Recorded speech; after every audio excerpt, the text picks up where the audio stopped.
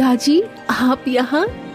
बेटी, मैं तो तुझे खोजते खोजते यहाँ आया था, पर तुझे इस भेष में देखकर मैं तो चौंक ही गया। बेटी, ये सब क्या है? तुझे तो वो भेड़िया इस गुफा में लेकर गया था ना? पिताजी, मुझे कुछ समझ नहीं आया। उन दोनों पक्षियों ने बताया था, उससे तो बिल्कुल ही अलग हुआ। चलिए, मैं आपको कुछ दिखाती हूँ। मोहिनी अपने पिता को बग्घी में बिठाती है और एक बहुत बड़े और सुंदर से महल में ले आती है। बेटी, ये तो मुझे किसके महल में ले आई है? पिताजी, आप घबराइए मत, ये महल मेरा ही है। बेटी, तू क्या कह रही है? तू तो उस भेड़िए के साथ गई थी ना? मैंने खुद अपनी आंखों से देखा है। हाँ पिताजी, पर अब वो मेरे पति हैं। ये तुम क्या कह रही हो बेटी? एक भेड़िया कैसे तुम्हारा पति हो सकता है? पिताजी, आप जिसे भेड़िया समझ रहे थे, दरअसल वो एक भेड़िया नहीं, एक राजा है। बेटी, ये तू क्या कह रही है? पिताजी, जिस तरह उन पक्षियों ने हम दोनों के लिए है, उसी तरह मेरे पति को भी एक बाबा ने भविष्यवाणी की थी। कैसी भविष्यवाणी बेटी? एक बाबा ने मेरे पति से कहा था कि तुम एक भेड़िए के रूप में जब किसी और दुनिया में जाओगे तो तुम्हें एक लड़की मिलेगी, उसी से तुम्हारा विवाह होगा, जिसके बाद वो इस राज्य की राजकुमारी बनेगी। इसीलिए वो हमारी दुनिया में भेड़िए के रूप में आए थे। बस कुछ ही आने वाले हैं। पिताजी, वो बहुत अच्छे हैं।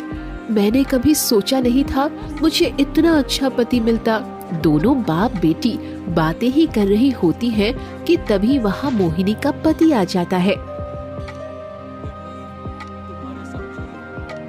रानी, ये कौन है? इनकी शक्ल कुछ जानी पहचानी लग रही है। महाराज, ये मेरे पिताजी हैं। अच्छा अच्छा, हाँ हाँ, मैंने इन्हें पहचान लिया है। रानी, ने जलपान कराओ और दूर से आए हैं, इन्हें भोजन भी खिलाओ।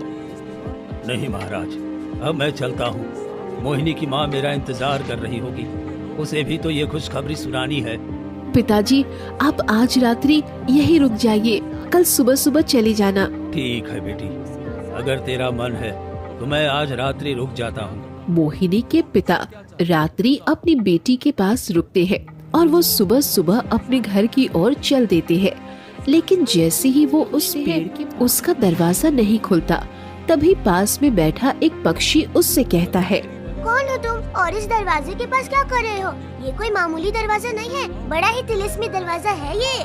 पर मैं इसी दरवाजे से अंदर आया था और मुझे अब अपने घर जाना है, लेकिन ये दरवाजा तो खुल ही नहीं रहा। अच्छा, ये बताओ तुम कहाँ से आ रहे हो? मैं अपनी बेटी के यहाँ गया था, वहीं से आ रहा हूँ।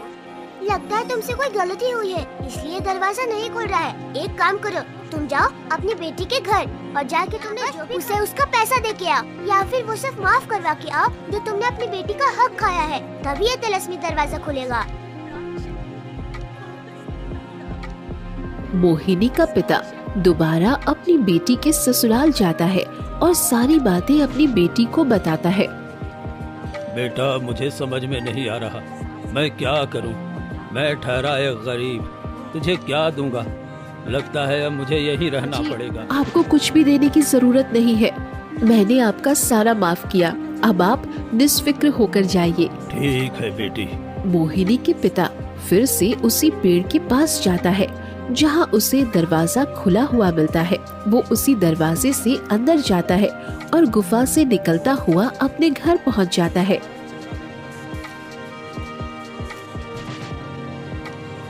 कहाँ थे जी आप? मेरी बेटी का कुछ पता चला? वो जिंदा है? अरे आप मुस्कुरा। भाग्यवान, जो मैंने देखा ना, अगर वो तुम देख लोगी तो तुम्हारे होश उड़ जाएंगे।